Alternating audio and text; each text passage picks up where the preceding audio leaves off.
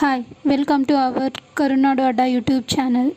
ದೇಶದಲ್ಲಿ ಎಲ್ಲ ಕಡೆ ಲೋಕಸಭಾ ಚುನಾವಣಾ ಕಾವು ಈಗಾಗಲೇ ತುಂಬ ಜಾಸ್ತಿ ಆಗ್ತಿದೆ. ನಮ್ಮ ಕರ್ನಾಟಕ ರಾಜ್ಯದಲ್ಲಿ ಈಗಾಗಲೇ ಒಂದು ಹಂತದ ಚುನಾವಣೆ ಮುಗಿದಿದ್ದು ಇನ್ನೊಂದು ಹಂತದ ಚುನಾವಣೆ ಮಾತ್ರ ಬಾಕಿ ಇದೆ. ನೀವು ಕೂಡ ಈಗಾಗಲೇ ಯಾರಿಗೆ ವೋಟ್ ಹಾಕಬೇಕು ಅಂತ ತಲೆ ಕೆಡಿಸ್ಕೊಂಡಿರ್ತೀರ ಅಲ್ವಾ? ಅದಕ್ಕೆ ಕೆಲವೊಂದು ಮಾಹಿತಿನ ನಾನಿಲ್ಲಿ ಹಂಚ್ಕೊಂಡಿದ್ದೀನಿ.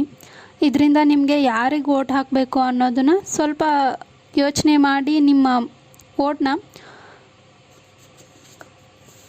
ಹಾಕೋಕ್ಕೆ ಇದು ಹೆಲ್ಪ್ ಆಗುತ್ತೆ ಅಂದ್ಕೊಂಡಿದ್ದೀನಿ. ಈ ಮಾಹಿತಿ ನೀಡೋಕ್ಕೂ ಮೊದಲು ನೀವು ನಮ್ಮ ಯೂಟ್ಯೂಬ್ ಚಾನಲ್ಗೆ ಹೊಸಬರಾಗಿದ್ದರೆ ದಯವಿಟ್ಟು ಚಾನಲ್ನ ಸಬ್ಸ್ಕ್ರೈಬ್ ಆಗಿ ಹಾಗೂ ಬೆಲ್ ಐಕಾನ್ ಮೇಲೆ ಕ್ಲಿಕ್ ಮಾಡಿ. ಸೊ ಈಗಾಗಲೇ ನಮ್ಮ ದಕ್ಷಿಣ ಕರ್ನಾಟಕದಲ್ಲಿ 14 ಕ್ಷೇತ್ರಗಳಲ್ಲಿ ಮತದಾನ ಮುಗಿದಿದೆ. ಇನ್ನು ನೆಕ್ಸ್ಟು ಮೇ 7ರಂದು ಉತ್ತರ ಕರ್ನಾಟಕದ 14 ಕ್ಷೇತ್ರಗಳಲ್ಲಿ ಮತದಾನ ನಡೆಯಲಿದೆ. ಮತದಾನಕ್ಕೂ ಮೊದಲು ಯಾವ ಪಕ್ಷಗಳು ದೇಶದಲ್ಲಿ ಅಧಿಕಾರಕ್ಕೆ ಬಂದರೆ ಏನು ಕೆಲಸ ಮಾಡ್ತೀವಿ ಅಂತ ಈಗಾಗಲೇ ಪ್ರಣಾಳಿಕೆ ಮೂಲಕ ಹೇಳಿರ್ತಾರೆ. ಸೊ ನಾವು ಅದನ್ನು ತಿಳ್ಕೊಂಡು ವೋಟ್ ಹಾಕೋದು ತುಂಬ ಒಳ್ಳೆಯದು. ಸುಮ್ಮನೆ ಕಣ್ಮುಚ್ಚಿ ವೋಟ್ ಹಾಕಿ 5 ವರ್ಷ ಅಧಿಕಾರದಲ್ಲಿ ಅವ್ರನ್ನ ಕೂರಿಸಿದ್ರೆ ನೆಕ್ಸ್ಟ್ ತೊಂದರೆ ಆಗೋದು ನಮಗೆ ಅಲ್ವಾ, ನಮ್ಮ ದೇಶಕ್ಕೆ. ಸೊ ಮುಖ್ಯ 2 ಕೂಟಗಳು ಈ ಲೋಕಸಭಾ ಚುನಾವಣೆಯಲ್ಲಿ ಸ್ಪರ್ಧಿಸುತ್ತಿದ್ದು, ಒಂದು NDA ಮೈತ್ರಿಕೂಟ, ಇನ್ನೊಂದು ಇಂಡಿಯಾ ಕೂಟ ಅಂತ ಮಾಡ್ಕೊಂಡಿದ್ದಾರೆ. ಸೊ ಯಾವ ಪಕ್ಷ ಏನೇನು ಗ್ಯಾರಂಟಿ ಕೊಟ್ಟಿದೆ ಅನ್ನೋದನ್ನು ನೋಡೋಣ ಬನ್ನಿ. ಫಸ್ಟು NDA ಮೈತ್ರಿಕೂಟ ಅಂದರೆ BJP ಅವರು ಏನು ಗ್ಯಾರಂಟಿ ಕೊಟ್ಟಿದ್ದಾರೆ ಅಂದರೆ, ಅವರು ತಮ್ಮ ಪ್ರಣಾಳಿಕೆನ ಮೋದಿ ಗ್ಯಾರಂಟಿ ಅಂತ ತೋರಿಸ್ತಿದ್ದಾರೆ. BJP ಅವರು ಸೀನಿಯರ್ ಸಿಟಿಜನ್ಸ್ಗೋಸ್ಕರ ಫ್ರೀ ಹೆಲ್ತ್ ಇನ್ಶೂರೆನ್ಸ್ ಸ್ಕೀಮ್ನ ಜಾರಿಗೆ ತರ್ತೀವಿ ಅಂತ ಹೇಳಿದ್ದಾರೆ. ಮತ್ತು ಮಹಿಳೆಯರಿಗೋಸ್ಕರ ಅನಿಮಿಯಾ ಮತ್ತು ಬ್ರೆಸ್ಟ್ ಕ್ಯಾನ್ಸರ್ ತುಂಬ ಜಾಸ್ತಿ ಆಗ್ತಿದ್ದು, ಅದನ್ನು ತಡೆಯೋದಕ್ಕೆ ಹೆಲ್ತ್ ಕೇರ್ ಪಿಲ್ನ ಜಾರಿಗೆ ತಂದು ಮತ್ತು ವುಮೆನ್ಗೆ ಹೆಲ್ಪ್ ಆಗೋ ರೀತಿಲಿ ವುಮೆನ್ ರಿಲೇಟೆಡ್ ಸ್ಕೀಮ್ನ ಜಾರಿಗೊಳಿಸ್ತೀವಿ ಅಂತ ಹೇಳಿದ್ದಾರೆ. ಅಷ್ಟೇ ಅಲ್ಲದೆ ಈಗಾಗಲೇ ಅವರು ಲೋಕಸಭೆಯಲ್ಲಿ ವುಮೆನ್ ರಿಸರ್ವೇಷನ್ ಕೋಟಾನ ಬಿಲ್ನ ಜಾರಿಗೆ ತಂದಿದ್ದು, ಅದು 2029 ಎಲೆಕ್ಷನಲ್ಲಿ ಜಾರಿಗೆ ಬರುತ್ತೆ ಅಂತ ಹೇಳಿದರು. ಅದ್ರ ಬಗ್ಗೆನೂ ಅವ್ರು ಮೆನ್ಷನ್ ಮಾಡಿದ್ದಾರೆ. ನೆಕ್ಸ್ಟು ಫಾರ್ಮರ್ಸ್ಗೋಸ್ಕರ MSP ಜಾಸ್ತಿ ಮಾಡ್ತೀವಿ ಅಂತ ಹೇಳಿದ್ದಾರೆ. ನೆಕ್ಸ್ಟು ಯಂಗ್ ಸ್ಟೂಡೆಂಟ್ಸ್ಗೋಸ್ಕರ ಅಂದರೆ ಯುವತಿಯರಿಗೋಸ್ಕರ ಇವಾಗ ಕಾಂಪಿಟೇಟಿವ್ ಎಕ್ಸಾಮ್ಸ್ ಬರೀತಿದ್ದಾಗ ಜಾಸ್ತಿ ಪೇಪರ್ ಲೀಕ್ ಆಗಿ ನೇಮಕಾತಿಗಳಲ್ಲೆಲ್ಲ ಹಗರಣಗಳು ಜಾಸ್ತಿ ಆಗ್ತಿದ್ದಾವಲ್ಲ, ಸೊ ಅದಕ್ಕೋಸ್ಕರ ಅವರು ಒಂದು ಸ್ಟ್ರಾಂಗ್ ಕಾನೂನನ್ನು ಜಾರಿಗೆ ತರ್ತೀವಿ ಅಂತ ಹೇಳಿದ್ದಾರೆ. ಮತ್ತು ಇವಾಗ ಏನು ಗೌರ್ಮೆಂಟ್ ಅಂಡರಲ್ಲಿ ಏನೇನು ವೇಕೆನ್ಸೀಸ್ ಖಾಲಿ ಇರುತ್ತಲ್ಲ ಅದನ್ನೆಲ್ಲ ಕ್ವಿಕ್ಕಾಗಿ ಫಿಲ್ಲಿಂಗ್ ಮಾಡ್ತೀವಿ ಅಂತ ಹೇಳಿದ್ದಾರೆ. ನೆಕ್ಸ್ಟು ಇವಾಗಲೇ ಗರೀಬ್ ಕಲ್ಯಾಣ ಯೋಜನೆ ಅಡಿಯಲ್ಲಿ ಬಡವರಿಗೆ ಉಚಿತ ಪಡಿತರ ಅಂತೂ ಜಾರಿಯಲ್ಲಿದ್ದೇ ಇರುತ್ತೆ. ಅದನ್ನು ನೆಕ್ಸ್ಟ್ 5 ವರ್ಷ ಅಂತೂ ಇನ್ನೂ ಕಂಟಿನ್ಯೂ ಮಾಡ್ತೀವಿ ಅಂತ ಹೇಳಿದ್ದಾರೆ. ನೆಕ್ಸ್ಟು ಮುಫ್ತ್ ಬಿಜ್ಲಿ ಯೋಜನೆಯಲ್ಲಿ ಉಚಿತ ವಿದ್ಯುತ್ ಕೊಡ್ತೀವಿ ಅಂತ ಹೇಳಿದ್ದಾರೆ. ನೆಕ್ಸ್ಟು ಆಯುಷ್ಮಾನ್ ಭಾರತ್ ಯೋಜನೆನ ಕಂಟಿನ್ಯೂ ಮಾಡ್ತೀವಿ, ಅಂದರೆ ಒಂದು ಕುಟುಂಬಕ್ಕೆ 1 ವರ್ಷಕ್ಕೆ 5 ಲಕ್ಷ ರೂಪಾಯಿ ಫ್ರೀ ಹೆಲ್ತ್ ಇನ್ಶೂರೆನ್ಸ್ ಸ್ಕೀಮ್ ಜಾರಿ ಇರುತ್ತೆ ಅಂತ ಹೇಳಿದ್ದಾರೆ. ನೆಕ್ಸ್ಟ್ ಇನ್ನು ಇಂಡಿಯಾ ಮೈತ್ರಿಕೂಟ ಏನು ಹೇಳಿದೆ ಅಂತ ನೋಡೋದಾದರೆ, ಅವರು ತಮ್ಮ ಪ್ರಣಾಳಿಕೆಯನ್ನು ನ್ಯಾಯಪತ್ರ ಅಂತ ಹೇಳ್ಕೊಂಡಿದ್ದಾರೆ. ಈ ನ್ಯಾಯಪತ್ರದಲ್ಲಿ ಅವರು ಡಿಸಬಿಲಿಟಿ ಲಾಸ್ನ ಜಾರಿಗೆ ತಂದು ಹಿರಿಯ ನಾಗರಿಕರಿಗೆ ಯಾವುದಾದ್ರೂ ಡಿಸಬಿಲಿ ಇದ್ದರೆ, ಹಿರಿಯ ನಾಗರಿಕರಾಗಿ ವಯಸ್ಸಾದ ನಂತರ ಯಾವುದಾದ್ರೂ ಡಿಸಬಿಲಿಟಿ ಆಗಿದ್ದರೆ ಈ ಲಾಸ್ ಮುಖಾಂತರ ಅವರಿಗೆ ಹೆಲ್ಪ್ ಆಗೋ ರೀತಿ ಪೆನ್ಷನ್ನ ಕೊಡ್ತೀವಿ ಅಂತ ಹೇಳಿದ್ದಾರೆ. ಅದು ಇವಾಗಲೇ 800 ಪೆನ್ಷನ್ ಕೊಡ್ತಿದ್ದಾರಲ್ಲ, 800 ರೂಪಾಯಿ ಕೊಡ್ತಿದ್ದಾರೆ. ಅದನ್ನ ಮುಂದೆ 1000 ರೂಪಾಯಿಗೆ ಜಾಸ್ತಿ ಮಾಡ್ತೀವಿ ಅಂತ ಹೇಳಿದ್ದಾರೆ. ನೆಕ್ಸ್ಟು ಈಗಾಗಲೇ ಕರ್ನಾಟಕದಲ್ಲಿ ಗೃಹಲಕ್ಷ್ಮಿ ಅಂದರೆ ಪ್ರತಿ ತಿಂಗಳು ಕುಟುಂಬದ ಯಜಮಾನಿಗೆ 2000 ರೂಪಾಯಿ ಏನು ಕೊಡ್ತಿದ್ದಾರಲ್ಲ, ಅದೇ ರೀತಿ ಇಡೀ ದೇಶದಲ್ಲಿ ಪ್ರತಿ ವರ್ಷ ಒಂದು ಕುಟುಂಬಕ್ಕೆ ಅಂದರೆ ಕುಟುಂಬದ ಯಜಮಾನಿಗೆ 1 ಲಕ್ಷ ರೂಪಾಯಿ ಕೊಡ್ತೀವಿ ಅಂತ ಹೇಳಿದ್ದಾರೆ. ಅಂದರೆ ಇದು ಪ್ರತಿ ತಿಂಗಳು 2000 ರೂಪಾಯಿ ಇದ್ದಂಗೆ ಇಡೀ ದೇಶದಲ್ಲಿ 1 ವರ್ಷಕ್ಕೆ 1 ಲಕ್ಷ ರೂಪಾಯಿನ ಮಹಿಳೆಯರ ಅಕೌಂಟಿಗೆ ಹಾಕ್ತಾರೆ. ನೆಕ್ಸ್ಟು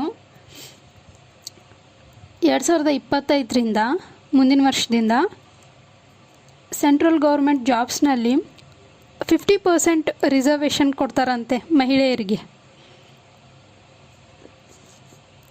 50% ರಿಸರ್ವೇಷನ್ ಕೊಡ್ತೀವಿ ಅಂತ ಹೇಳಿದ್ದಾರೆ. ನೆಕ್ಸ್ಟು ರೈತರಿಗೋಸ್ಕರ BJPಯವರು MSP ಜಾಸ್ತಿ ಮಾಡ್ತೀವಿ ಅಂತ ಹೇಳಿದರೆ, ಇವರು MSPನ ಲೀಗಲ್ ಗ್ಯಾರಂಟಿ ಮಾಡ್ತೀವಿ ಅಂತ ಹೇಳಿದ್ದಾರೆ. ಅಂದರೆ ನಿಮಗೆ MSP ಸಿಗಲಿಲ್ಲ ಅಂದರೆ, ಅಥವಾ ಕೆಲವೊಂದು ಬೆಳೆಗಳಿಗೆ ಒಂದೊಂದು ಸತಿ MSPನ ಘೋಷಣೆ ಮಾಡ್ತಾರೆ, ಇನ್ನೊಂದು ಸತಿ MSPನ ಘೋಷಣೆ ಮಾಡಲ್ಲ. ಸೊ ಇದನ್ನು ತಪ್ಪಿಸಿ MSPನ ಲೀಗಲ್ ಗ್ಯಾರಂಟಿ ಮಾಡಿದ್ರೆ, ನೀವು MSP ಕೊಟ್ಟಿಲ್ಲ ಅಂತ ಅಂದರೆ ಕೋರ್ಟಿಗೆ ಹೋಗ್ಬೋದು ಡೈರೆಕ್ಟಾಗಿ. ಆ ಥರ ನಿಮಗೆ ಲೀಗಲ್ ಗ್ಯಾರಂಟಿ ಮಾಡ್ತೀವಿ ಅಂತ ಹೇಳಿದ್ದಾರೆ. ನೆಕ್ಸ್ಟು ಯುವಕರಿಗೆ ಹೆಲ್ಪ್ ಆಗೋ ಥರ ಯುವ ನ್ಯಾಯ ಪ್ರೋಗ್ರಾಮ್ ಅಂತ ಜಾರಿಗೆ ತಂದು ಅನ್ಎಂಪ್ಲಾಯ್ಮೆಂಟ್ನ ಕಡಿಮೆ ಮಾಡ್ತೀವಿ ಅಂತ ಆಶ್ವಾಸನೆ ಕೊಟ್ಟಿದ್ದಾರೆ. ನೆಕ್ಸ್ಟ್ 5 ಇಯರ್ಸಲ್ಲಿ ಕಾಂಗ್ರೆಸ್ನವರು ಅಧಿಕಾರಕ್ಕೆ ಬಂದರೆ 30 ಲಕ್ಷ ಗೌರ್ಮೆಂಟ್ ವೇಕೆನ್ಸೀಸ್ನ ಫಿಲ್ ಮಾಡ್ಕೊತೀವಿ ಅಂತ ಹೇಳಿದ್ದಾರೆ. ನೆಕ್ಸ್ಟು BJP ಗೌರ್ಮೆಂಟ್ ಜಾರಿಗೆ ತಂದಿರೋ GSTನ ಚೇಂಜ್ ಮಾಡ್ತೀವಿ, GST 2.0 ತರ್ತೀವಿ ಅಂತ ಹೇಳಿದ್ದಾರೆ. ನೆಕ್ಸ್ಟು ಇವಾಗ ಕನಿಷ್ಠ ವೇತನ ಏನು ಜಾರಿಯಲ್ಲಿದೆ ಅದನ್ನ 400 ರೂಪಾಯಿ ಮಾಡ್ತೀವಿ, ಅಂದರೆ ಒಂದು ದಿನಕ್ಕೆ 400 ರುಪೀಸು ಮಿನಿಮಮ್ ವೇತನ ಮಾಡ್ತೀವಿ ಅಂತ ಇಂಡಿಯಾ ಕೂಟ, ಅಂದರೆ ಮೇಯ್ನ್ ಅದರಲ್ಲಿರೋ ಪಕ್ಷ ಕಾಂಗ್ರೆಸ್ ಅವರು ತಮ್ಮ ಪ್ರಣಾಳಿಕೆಯಲ್ಲಿ ಹೇಳ್ಕೊಂಡಿದ್ದಾರೆ. ಸೊ ಈ ರೀತಿ ಕರ್ನಾಟಕ ರಾಜ್ಯದಲ್ಲಿ ಕಾಂಗ್ರೆಸ್ ಅಧಿಕಾರಕ್ಕೆ ಬಂದ ನಂತರ ಕೊಟ್ಟಿದ್ದ 5 ಗ್ಯಾರಂಟಿಗಳನ್ನೂ ಅದು ಈಡೇರಿಸ್ಕೊಂತು. ಇವರು BJPಯವರು ಮತ್ತು ಇವಾಗ ಕಾಂಗ್ರೆಸ್ ಅವರು ಲೋಕಸಭಾ ಚುನಾವಣೆಯಲ್ಲಿ ಯಾವ ರೀತಿ ಪ್ರಣಾಳಿಕೆ ಬಿಡುಗಡೆ ಮಾಡಿ ಗ್ಯಾರಂಟಿಗಳನ್ನ ಕೊಟ್ಟಿದ್ದಾರೋ, ಇದು ಎರಡರಲ್ಲಿ ನಿಮಗೆ ಯಾವುದನ್ನ ಮಾಡಿದ್ರೆ ಲಾಂಗ್ ಟರ್ಮಲ್ಲಿ, ಅಂದರೆ ದೇಶಕ್ಕೆ ಇವಾಗ ನಿಮ್ಮ ಒಬ್ಬರಿಗೆ ದುಡ್ಡು ಬರುತ್ತೆ ಅನ್ನೋದಕ್ಕಿಂತ ದೇಶಕ್ಕೆ ಯಾವುದನ್ನು ಮಾಡಿದ್ರೆ ದೇಶ ಅಭಿವೃದ್ಧಿ ಆಗುತ್ತೆ, ಯಾವುದರಿಂದ ದೇಶಕ್ಕೆ ಒಳ್ಳೆಯದಾಗುತ್ತೆ ಅನ್ನೋದನ್ನು ಯೋಚನೆ ಮಾಡಿ, ಯಾವ ಸ್ಕೀಮ್ಗಳು ಎಷ್ಟು ಉಪಯೋಗ ಆಗುತ್ತೆ ಅನ್ನೋದನ್ನು ಯೋಚನೆ ಮಾಡಿ ನೀವು ಸರಿಯಾದ ವ್ಯಕ್ತಿಗಳಿಗೆ ವೋಟ್ ಹಾಕಿ.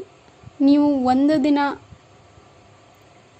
ಒಂದು ಚಿಕ್ಕ ಸಮಯದಲ್ಲಿ ಹಾಕೋ ಒಂದು ವೋಟು ನಿಮ್ಮನ್ನು 5 ವರ್ಷ ಆಳ್ವಿಕೆ ಮಾಡೋ ಒಂದು ಪವರ್ ಕೊಡುತ್ತೆ ಅವ್ರಿಗೆ. ಸೊ ಆ ಪವರ್ನ ಕೊಡಬೇಕಾದ್ರೆ ನೀವು ಅದಕ್ಕೆ ತುಂಬ ಯೋಚನೆ ಮಾಡಿ ಉತ್ತಮ ವ್ಯಕ್ತಿಗಳಿಗೆ ವೋಟ್ ಹಾಕಿದ್ರೆ ದೇಶದ ಅಭಿವೃದ್ಧಿಗೆ ಹೆಲ್ಪ್ ಆಗುತ್ತೆ. ಸೊ ನಮ್ಮ ಪ್ರಜಾಪ್ರಭುತ್ವದಲ್ಲಿ ನಾವು ನಮ್ಮ ರಾಜರನ್ನು ಸೆಲೆಕ್ಟ್ ಮಾಡ್ಕೊತಿದ್ದೀವಿ. ಹಾಗಾಗಿ ಉತ್ತಮ ರಾಜನನ್ನು ಸೆಲೆಕ್ಟ್ ಮಾಡ್ಕೊಳ್ಳೋದು ನಮ್ಮ ಕರ್ತವ್ಯ. ಹಾಗಾಗಿ ಒಬ್ಬ ಜವಾಬ್ದಾರಿಯುತ ನಾಗರಿಕರಾಗಿ ನಮ್ಮ ದೇಶಕ್ಕೆ ಒಳಿತು ಮಾಡೋ, ನಮ್ಮ ದೇಶವನ್ನು ಅಭಿವೃದ್ಧಿಯತ್ತ ಕರೆದುಕೊಂಡು ಹೋಗೋ ರಾಜನನ್ನು ಸೆಲೆಕ್ಟ್ ಮಾಡಬೇಕು. ಹಾಗಾಗಿ ಉತ್ತಮ ಪ್ರತಿನಿಧಿಗೆ ವೋಟ್ ಹಾಕಿ.